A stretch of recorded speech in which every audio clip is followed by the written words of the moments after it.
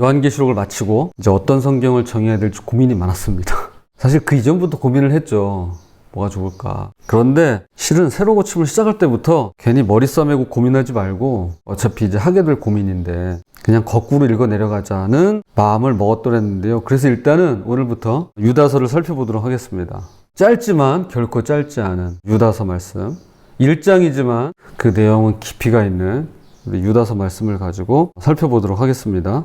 기원 후 90년대 로마 제국의 11대 황제 도미티아누스는 자신을 주님이자 하나님이라고 부르게 하며 황제 숭배를 강요했습니다. 그래서 이 도미티아누스 황제 때의 이 핍박이 가장 극심했던 네로 황제도 물론이고 또 도미티아누스도 유명합니다. 이 잔인한 황제는 예수 그리스도를 믿는 그리스도인들을 크게 박해했는데요. 심지어 자신의 친족까지도 처형할 정도였습니다. 대단한 사람인 거죠. 4세기 교회 사가인 유세비우스는 이 시기에 일어난 흥미로운 사건을 기록하고 있습니다. 도미티아누스 황제가 나사렛에 사는 예수님의 친족들을 로마로 불러들여서 신문을 하는 일이 있었답니다. 예수님에게 형제가 있었거든요. 형제 자매가. 다윗 왕실의 혈통이라는 이유로 쟤들은 반란을 일으킬 가능성이 있다고 의심했기 때문입니다. 그런데 황제가 직접 만나가지고 신문에 보니까 이들은 세속 권력에 전혀 관심이 없는 소박한 농부들이었다는 겁니다. 손에는 굳은 살이 박혀 있었고 그리스도의 나라는 이 세상의 정치적 왕국이 아니라 영적인 하나님의 나라라고 그냥 담담하게 이렇게 대답하는 것이었습니다. 그래서 도미티아누스가 그냥 이렇게 풀어주었다는 이야기가 있습니다. 바로 이런 시대적인 배경 속에서 그러니까 굉장히 불안한 가운데 살았던 거죠. 도미티아누스가. 그 가운데서 유다서가 기록되었습니다. 온갖 위험과 박해가 난무하는 시대. 황제 숭배를 강요하는 본인도 불안하고 그리고 그 당시를 살아가는 그리스도인들도 또 불안하고 그런 위험과 박해 가운데 하나님의 백성들은 과연 어디서 참된 안전을 찾을 수 있었을까요? 유다는 편지의 첫 두 구절에서 이 질문에 답을 해줍니다. 자, 참고로 유다가 누구냐면 이제 다음에 설명할 기회가 있겠지만 예수님의 동생입니다. 또 예수님의 동생이 누가 있죠? 야고보가 있어요. 그 야고보서를 쓴 야고보와 유다서를 쓴 유다가 예수님의 동생입니다. 자, 먼저 존재론적 안전입니다. 유다는 편지를 받을 사람들을 가장 먼저 부르심을 받는 자라고 칭합니다. 이것은 하나님께서 주권적으로 선택하시고 부르신 사람들을 의미하는데요. 여기서 우리에게 주시는 첫 번째 안전은 존재론적인 안전입니다. 우리의 인생이 우연이 아니라는 것이죠. 우리가 하나님을 믿게 된 것도 고사리교회 일원이 된 것도 모두가 다 하나님의 계획 안에 있는 것입니다. 계속해서 이야기하지만 돌아보니 은혜. 돌아보면 은혜예요. 그 당시에는 잘 모르는데 돌아보면 이게 하나님의 뜻이고 계획이었구나 이게 알 수 있습니다. 현대사회에서 많은 사람들은 자신의 존재 의미를 찾지 못해서 방황합니다. 나는 왜 이 세상에 태어났을까? 내 인생에 무슨 의미가 있을까? 라고 하는 실존적 고민으로 고통받습니다.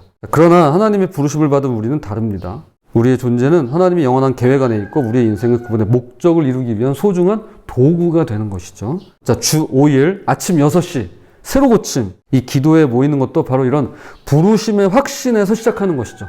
확신이 있기 때문에 새로 고침에 함께하는 거고 또 새로 고침에 함께하기 때문에 그 부르심을 또 확신할 수 있는 것이죠. 하나님께서 오늘 하루도 우리를 부르십니다.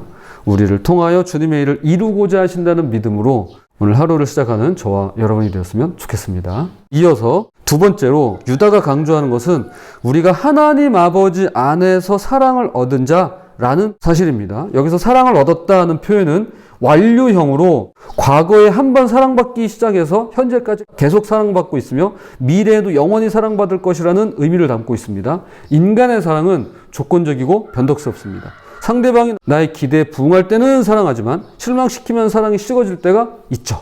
그래서 사랑은 노력하는 거예요. 사랑은 노력하는 거예요. 수고하고 노력해야 돼요. 이게 없으면은 우리는 사랑 못합니다. 첫눈에 반해가지고 확 솟아오르는 그 감정만으로는 우리의 사랑을 이어가기가 어렵습니다. 부모님의 사랑조차도 때로는 조건적일 때가 있습니다. 공부 잘하면 사랑해주고 말 잘 들으면 사랑해준다는 식으로 말이죠. 그러나 하나님의 사랑은 전혀 다릅니다. 하나님의 사랑은 아가페 사랑입니다.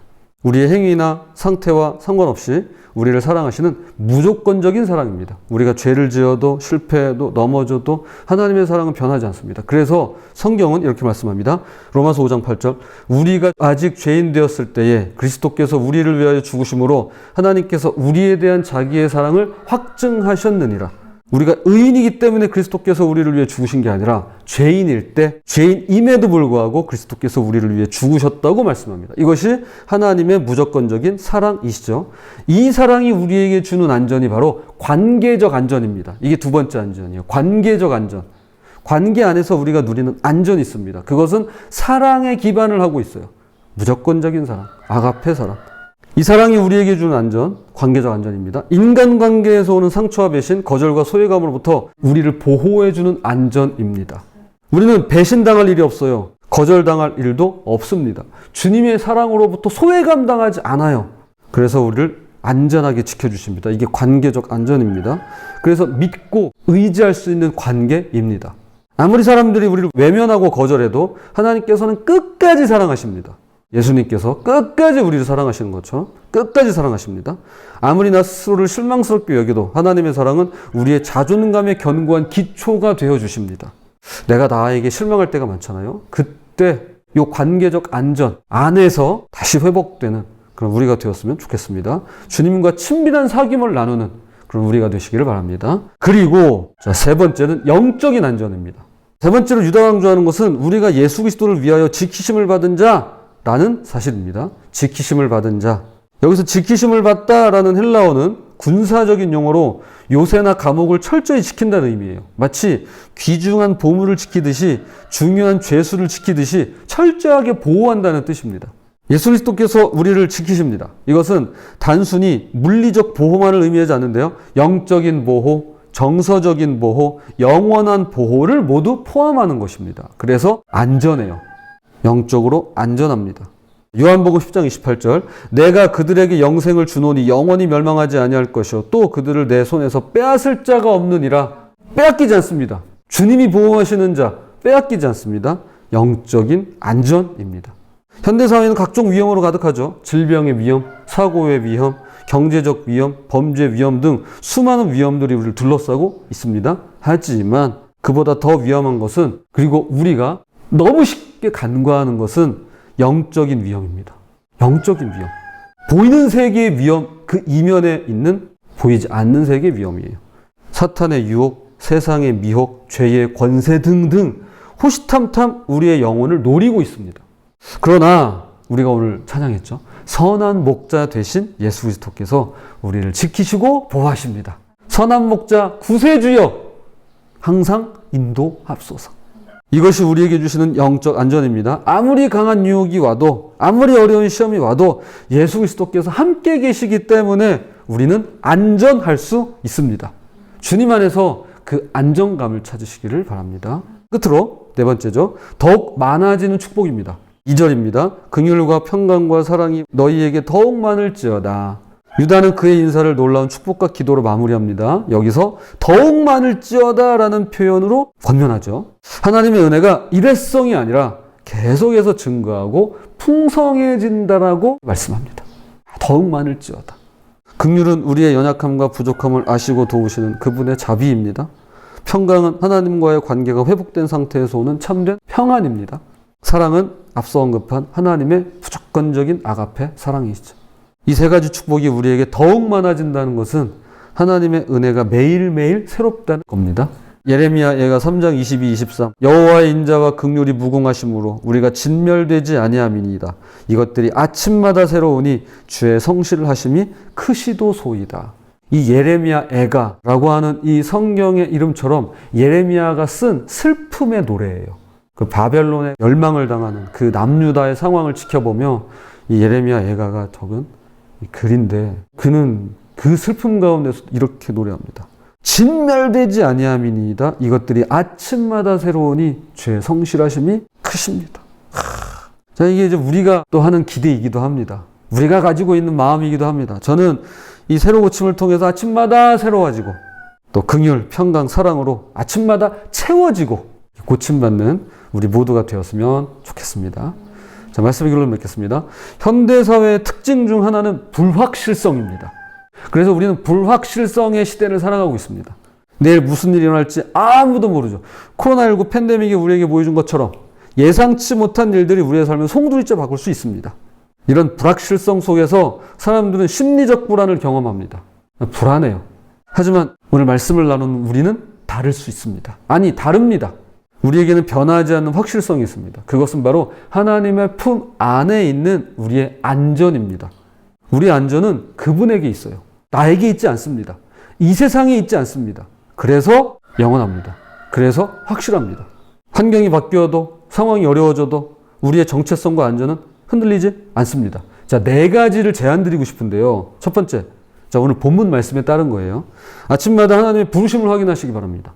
새로 고침에 참석하실 때마다 하나님께서 오늘도 나를 부르고 계신다는 확신을 가지고 하루를 시작했으면 좋겠습니다. 이게 존재론적인 안전이죠. 자, 내 존재를 그분에게서 찾으시기 바랍니다.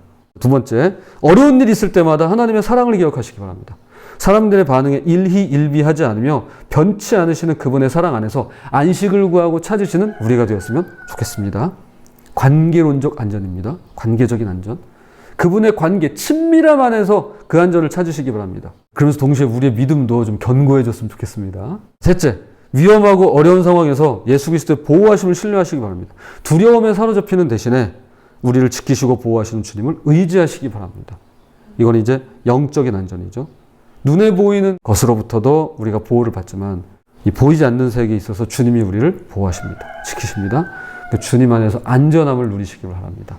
넷째, 날마다 하나님의 새로운 은혜를 기대했으면 좋겠습니다. 어제의 은혜에 만족하고 감사하면서 오늘 새로운 긍휼과 평강과 사랑을 사모했으면 좋겠습니다. 오늘 우리에게 주시는 긍휼, 평강, 사랑이 있습니다. 이게 우리에게 더욱 많을지어다. 우리 기대했으면 좋겠어요.